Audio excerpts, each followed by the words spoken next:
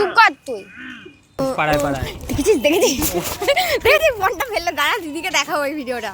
তো গাইস আমি আমার দিদিকে অনেক কষ্টে বললাম, আমি বুঝিয়েছি যে আমাকে আইসক্রিম কিনে, দিদি আইসক্রিম কিনে দিয়েছে, কিন্তু দোকান তো হ্যাঁ যাই হোক গাড়ি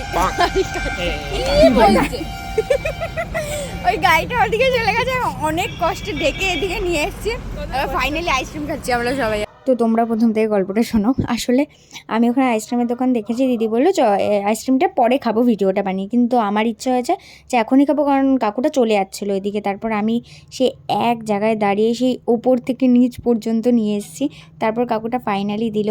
তো আইসক্রিম খাওয়ার পরে আমাকে রাগাচ্ছিল।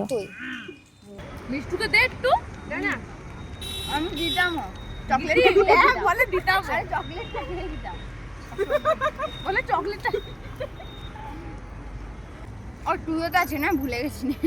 তুই খা আগে। ও বাবা, ও মানে এদে পুরোটা কেরম জিভ দিয়ে এরম করে তারপর আমাকে দিচ্ছে। খাবো না ওরকম ভাবে আমি। আচ্ছা এবার রোস্টটা বানা, দাঁড়াবে রোস্টটা বানাই। দেখি কি বানালি, দেখি। এই যেটা দেখা। রোজ, হোয়াইট রোজ। বাবা এই হোয়াইট রোজটা নিয়ে আমাকে না তো ব্লগে দিতে লাগবে।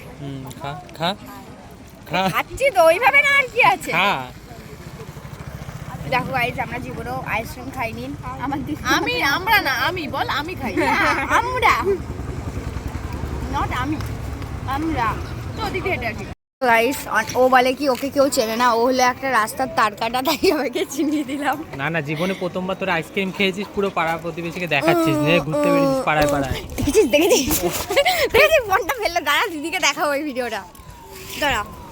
তিন্নি আমাদের দলে যোগদান করেছে ধর না একটু, আইসক্রিম খাওয়ার। একটু ধর না, তুই ধর না। নাও খাও তিন্নি।